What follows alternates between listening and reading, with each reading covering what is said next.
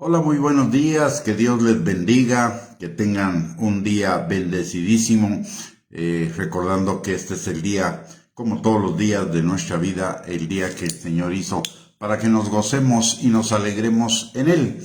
El día de hoy vamos a compartir una perla de la palabra de Dios que tiene que ver con Cristo, Cristo como el segundo Adán. ¿A qué se refiere la palabra cuando nos habla de Cristo como el segundo Adán? En primer lugar, recordemos que Cristo llevó el resultado de nuestros pecados, que era la muerte, porque la paga del pecado es muerte, mas la dádiva de Dios es vida eterna en Cristo Jesús. Él llevó a la cruz nuestra muerte, nuestra responsabilidad frente al pecado. Por eso Jesús tuvo que morir en la cruz del Calvario, el justo por los injustos.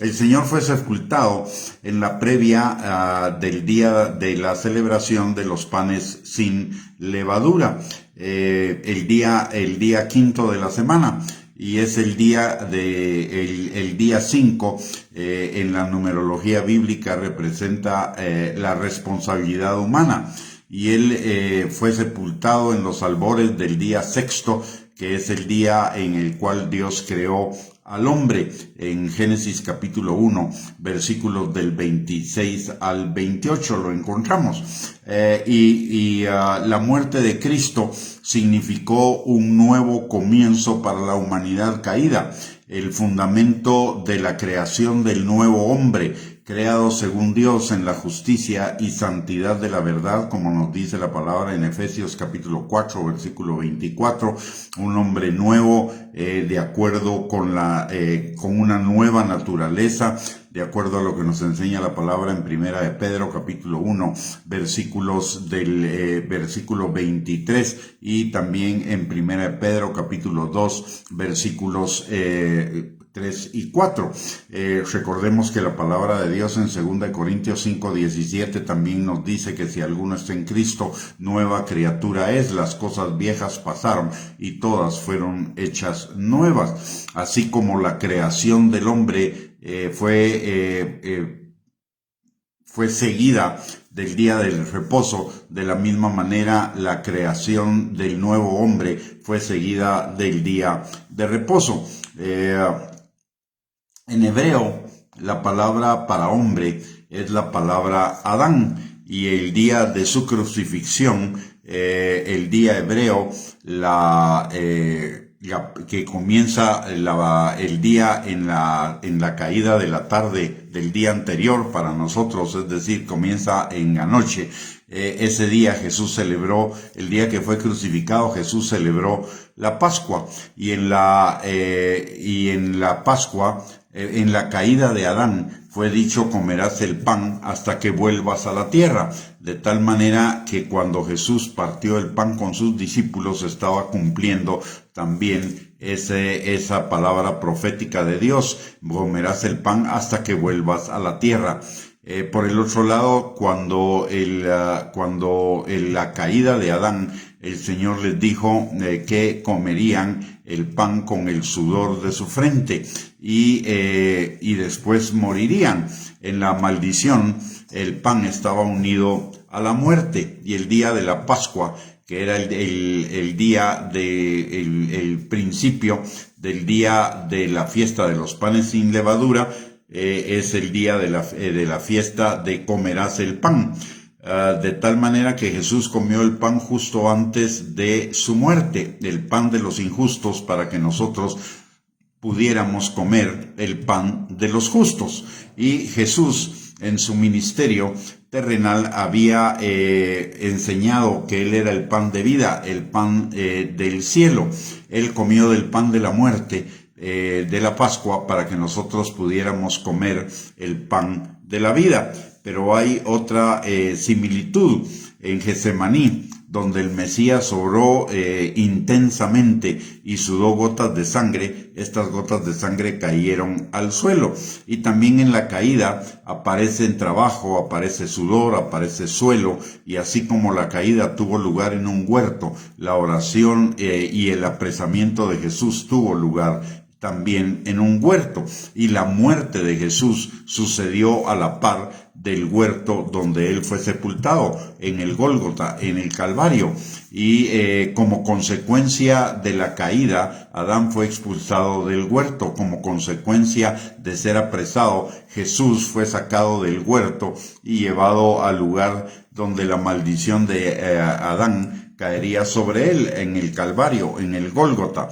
Y todo ello para que nosotros, los hijos de Adán, pudiéramos ser redimidos de la maldición del pecado y regresar a la bendición en la presencia de Dios. Jesús es el representativo total de la humanidad. En la cruz del Calvario, Jesús tomó el lugar de nuestra humanidad para que nosotros pudiéramos tener una nueva humanidad, una humanidad conforme al diseño original de Dios, y Jesús pagó el precio para ello. Así como el hombre fue sacado del jardín por causa de su pecado, Jesús, por causa de nuestro pecado, también fue sacado del jardín y fue llevado al Gólgota para cargar el precio de todos nuestros pecados y de todas nuestras rebeliones y de nuestras iniquidades, para que nosotros fuéramos libres de ello.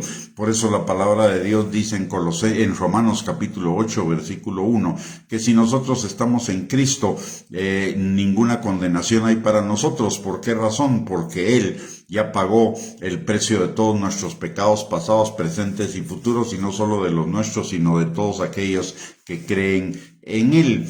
Así que usted y yo podemos ser salvos por el sacrificio de Cristo en la cruz del Calvario. Él es el único y suficiente Salvador. No hay otro método, no hay otro medio por el cual nosotros podamos ser salvos, sino solamente en el nombre de Cristo Jesús. Como dice la palabra, no les he dado al hombre ningún otro nombre en el cual pueda ser salvo, y la palabra de Dios dice que todo aquel que invoca el nombre del Señor será salvo, y como consecuencia de ello, todo aquel que invoca el nombre del Señor cree en el nombre del Señor, y al que cree en el nombre del Señor, Dios le dio la potestad de ser hecho hijo de Dios. Así que Cristo no solamente vino para enseñarnos muchas cosas hermosas, muchas cosas preciosas, no solo vino para sanar enfermos, restaurar quebrantados, liberar endemoniados. El Señor vino primordialmente para salvarlo a usted y a mí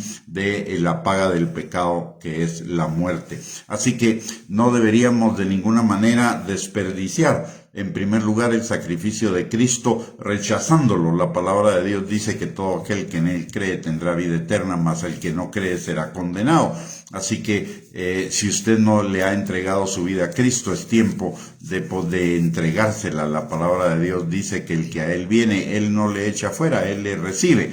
Y todo se trata de una oración genuina del corazón entre Dios y cada uno de nosotros, invocando su nombre, invocando la necesidad de que Él venga a nuestras vidas como nuestro Señor y nuestro Salvador, por una parte. Y por la otra parte, si usted y yo ya le entregamos nuestra vida a Cristo, la salvación implica mucho más que el momento del perdón de nuestros pecados y cuando Dios nos da la vida eterna.